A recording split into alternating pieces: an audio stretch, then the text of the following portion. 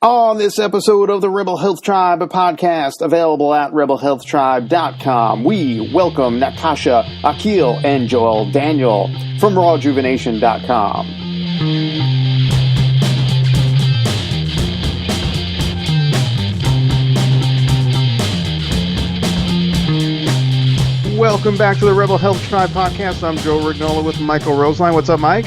Hey, Joe. What's going on? Oh, just waiting for baby. No big deal. Oh, yeah, that's right. Our guests don't know that, I think. So Yeah. My wife's about to give birth like any minute or any day. So crazy times. So today we're joined by Natassia Akil and Joelle Daniel. Hey, guys. How's it going? Fantastic. Thanks. Yourself? Doing well. Thanks so much for being here. I really appreciate it. Appreciate you having us on. No problem. I forgot to tell you guys that Joe's wife may have a baby while we're recording this podcast. Yeah, so if I just up and run out of here, She's upstairs having contractions right now. Yeah, exactly. So I'm, committed to the podcast, though, so here we go. Yes, full commitment to the podcast. Yeah. So, guys, talk a little bit about your rejuvenation bars, which are amazing. Just first of all, it's rejuvenation.com is the website, and I'm going to spell that hopefully correctly. It's RAJUVENATION. You got it. Cool. .com. So it's in other words, rawjuvenation is the raw without the company, yes. Right. So talk about your bars. Talk about how you got started and why you started the company. Well, the bars are raw, so that's where the name comes from. Uh-huh. And we came up with something that kind of resembled rejuvenation. There's some grass-fed gelatin, which, as we all know, is pretty good for gut rejuvenation. So that's kind of where the name came from, and we ended up dropping the W. I'm not sure if at the start the name was taken for some reason. Okay. And the two dots above the A just kind of, we wanted something from a branding standpoint that set us apart, because the Rawjuvenation is the umbrella company. So right.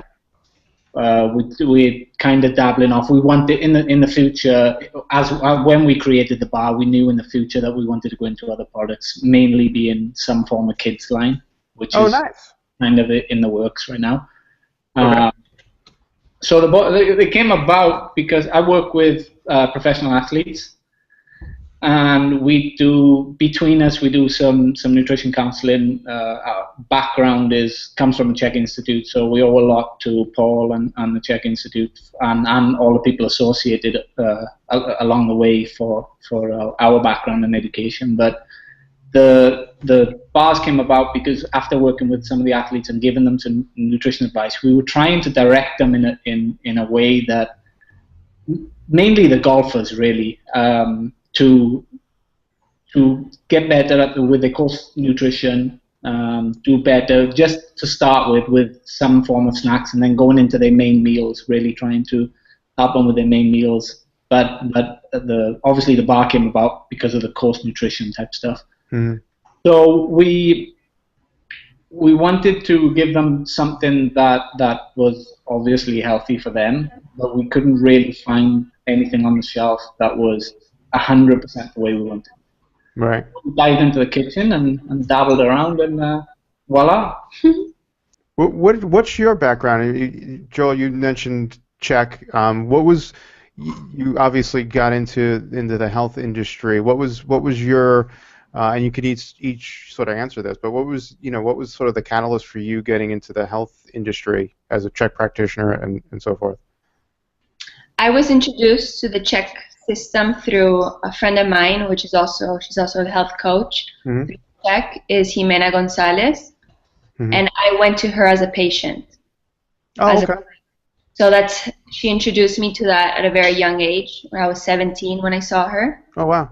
So I really loved, everything that she taught me, and I went into the Czech system because of the way I coached with her. My background is I grew up playing soccer, so I had a few injuries and things that people couldn't seem to get a grip of. So I started looking outside of medical care. I started looking for some not only some practitioners, but outside of the physical realm as well, into the metaphysical and into the nutritional and hydration thing. So it was I got into the health system through trying to rehab myself, really.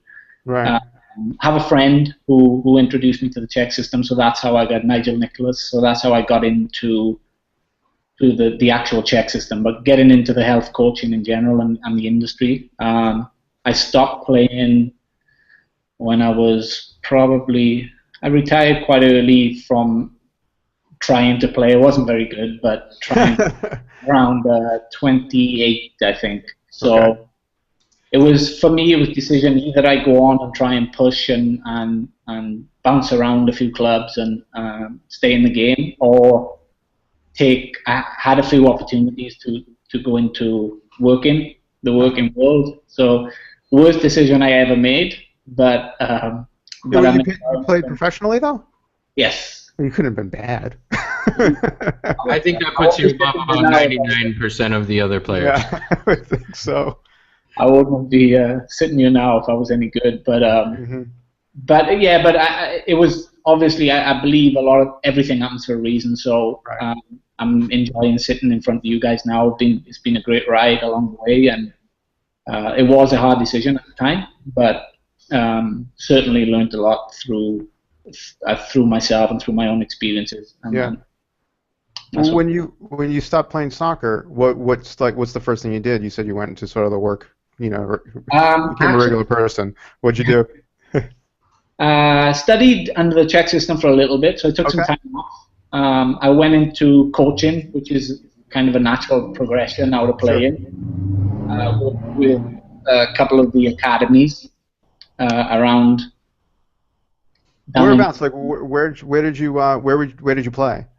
Before I moved to the States, I played back in Wales. Okay. And then I moved to the States, and then I went on trial, bounced around a couple of clubs, and then I ended up going to college. Mm-hmm. Then I played in college for 4 years, but I was late going to college because I was late entering the college, obviously, from playing. Sure.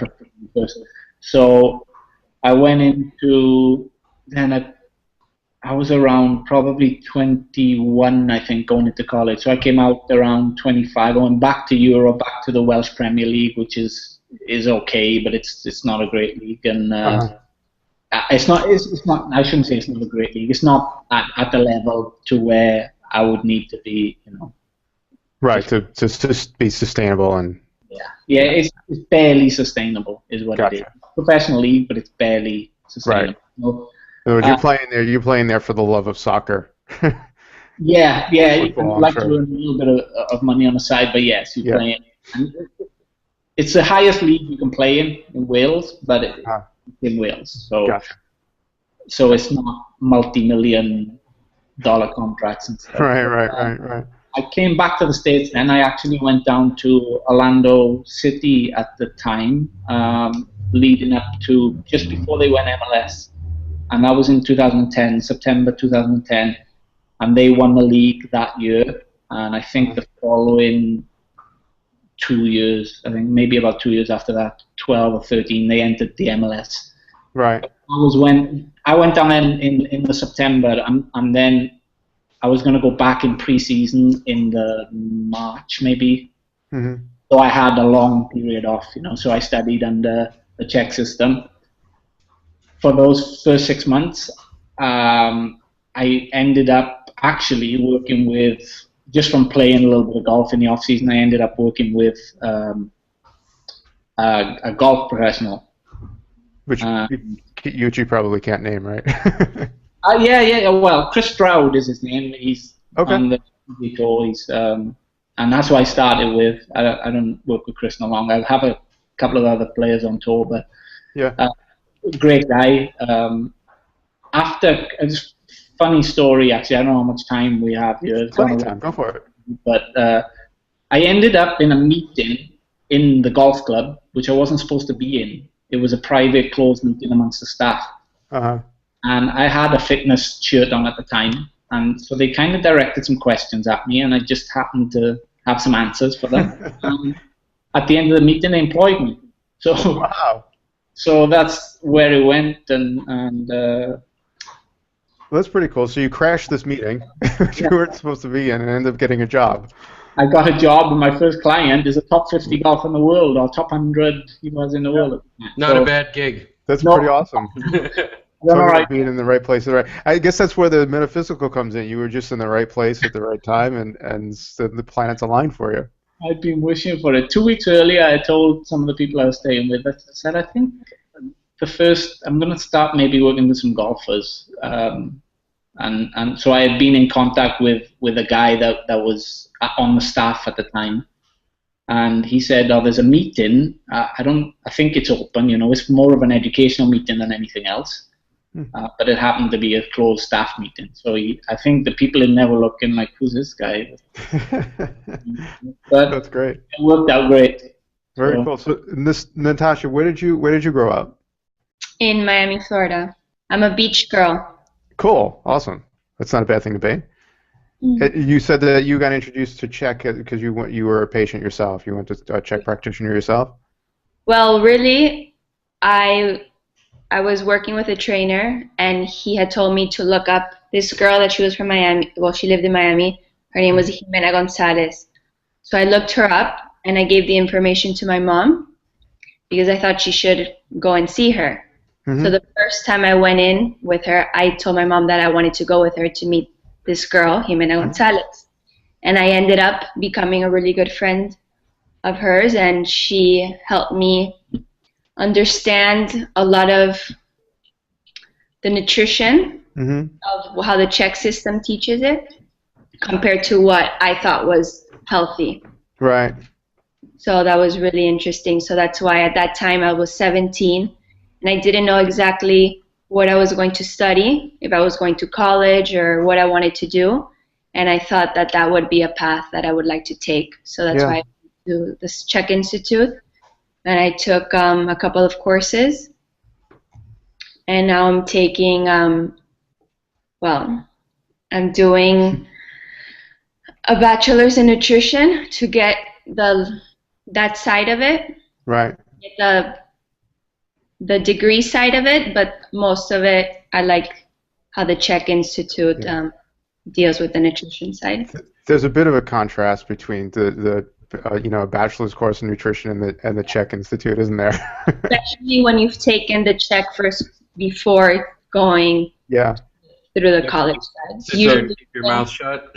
Yeah, is it hard to keep your mouth shut? Does it drive you crazy to hear? I've learned to just go along with the things that they say. You could tell by her word, and then she was trying to make it polite, but it was... Oh, you don't have to be polite about it. No, you definitely not to be polite here. We've had a couple RDs, registered dietitians, on a podcast and on interviews that we do, and they're not allowed to teach people actual nutrition, and their organizing body that licenses them, they get threatened for breaking the food pyramid advice and all that stuff all the time. It's not as strict. If you just have a bachelor's degree, there's no one that's going to tell you what to do. But if you're an RD, they can take away their license. Yeah, I don't think I want to go that far into getting a license, but just to have. You don't need it. Yeah, you don't need it. But I mean, it's admirable that you want to get the degree, at least to have that. It's great. Usually, I think people go first into getting the degree, and then they get introduced to the Czech system. So I was fortunate enough to learn that side of it first.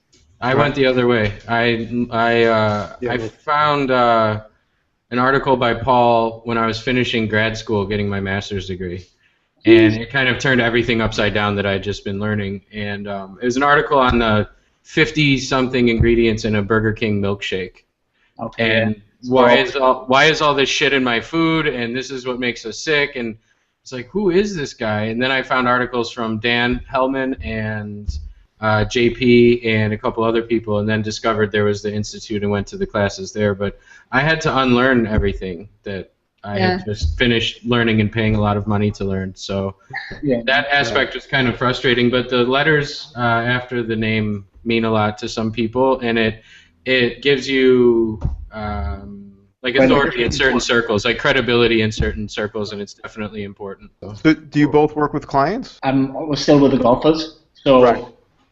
And I've taken on some other sports now. I'm slowly getting back into the soccer stuff, but I'm working with some tennis players and things. So the bar in itself was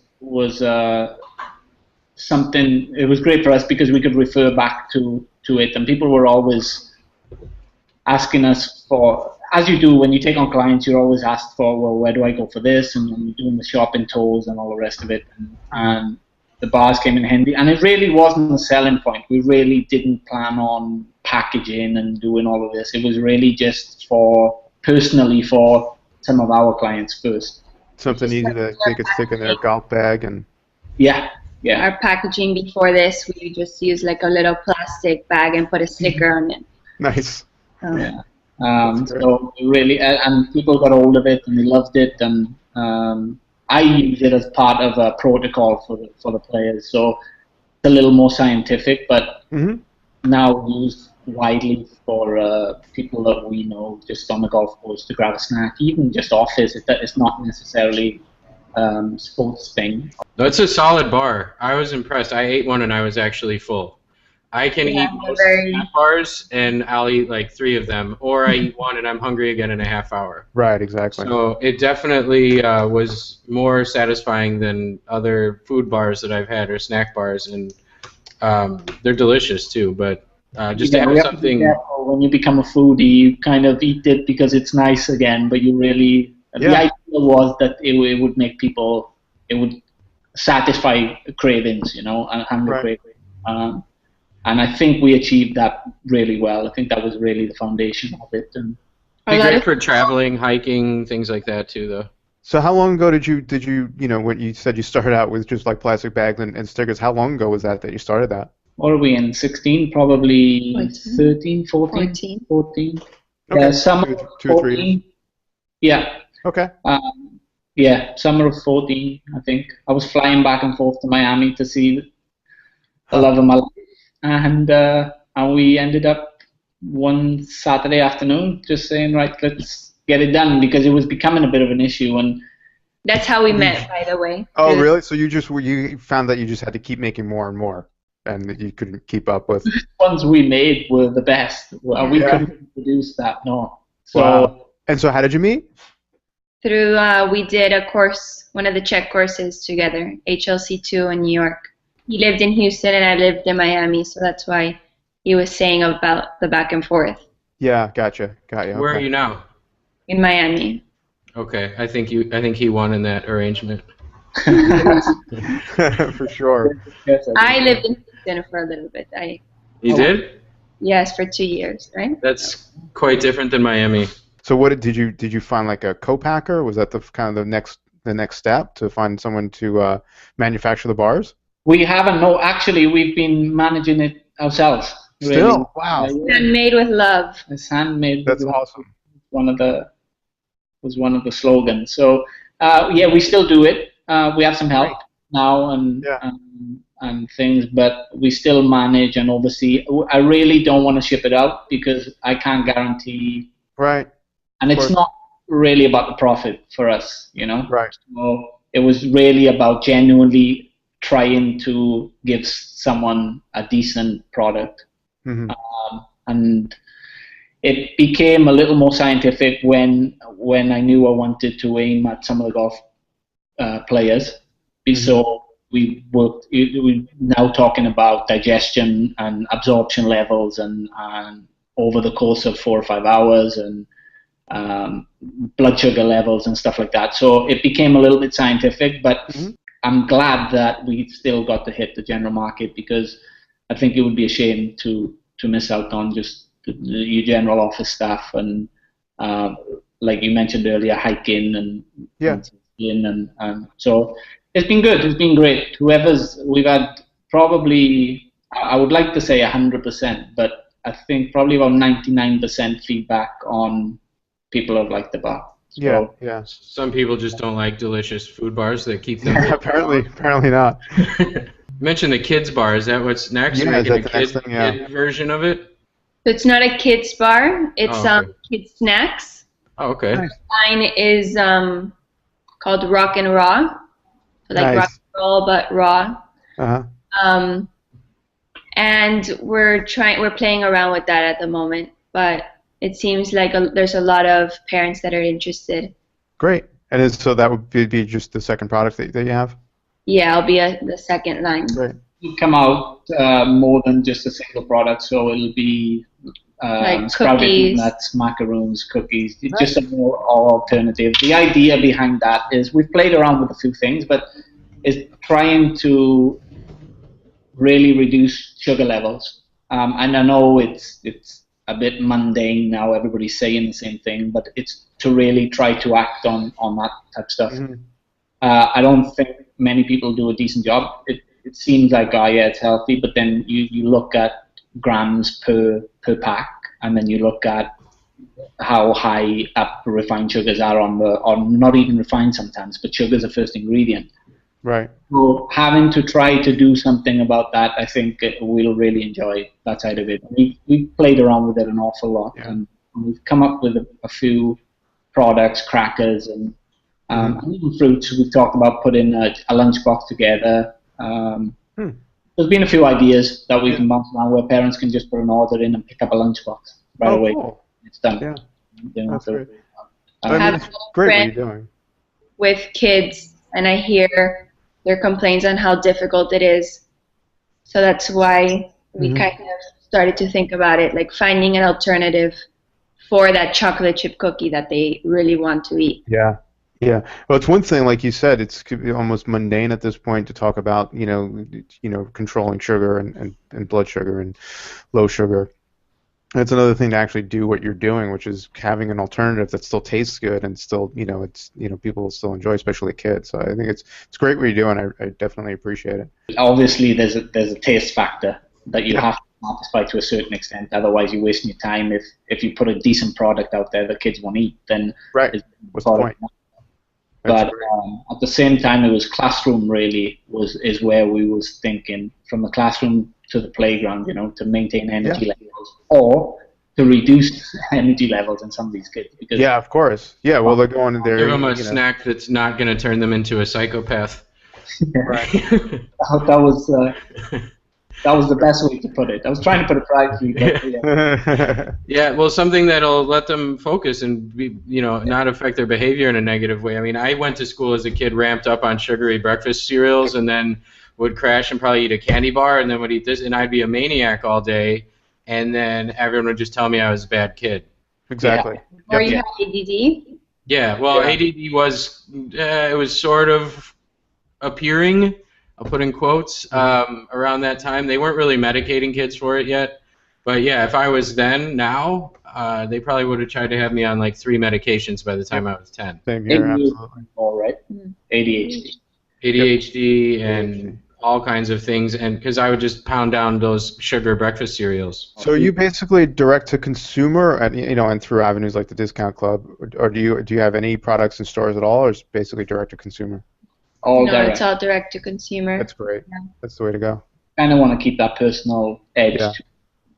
It might not be so convenient that you can just go to the store and pick it up, but we've decided to keep it direct to consumer. So once again, the website is rawjuvenation.com, and we'll put that in the show notes so people don't have to worry about spelling it. Well, thanks so much. I appreciate you hanging out with us this afternoon and telling us about your awesome food bars.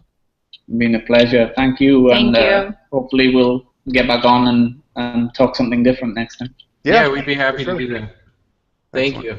Thank All right, you. thanks. Bye-bye. Thank you. Take care.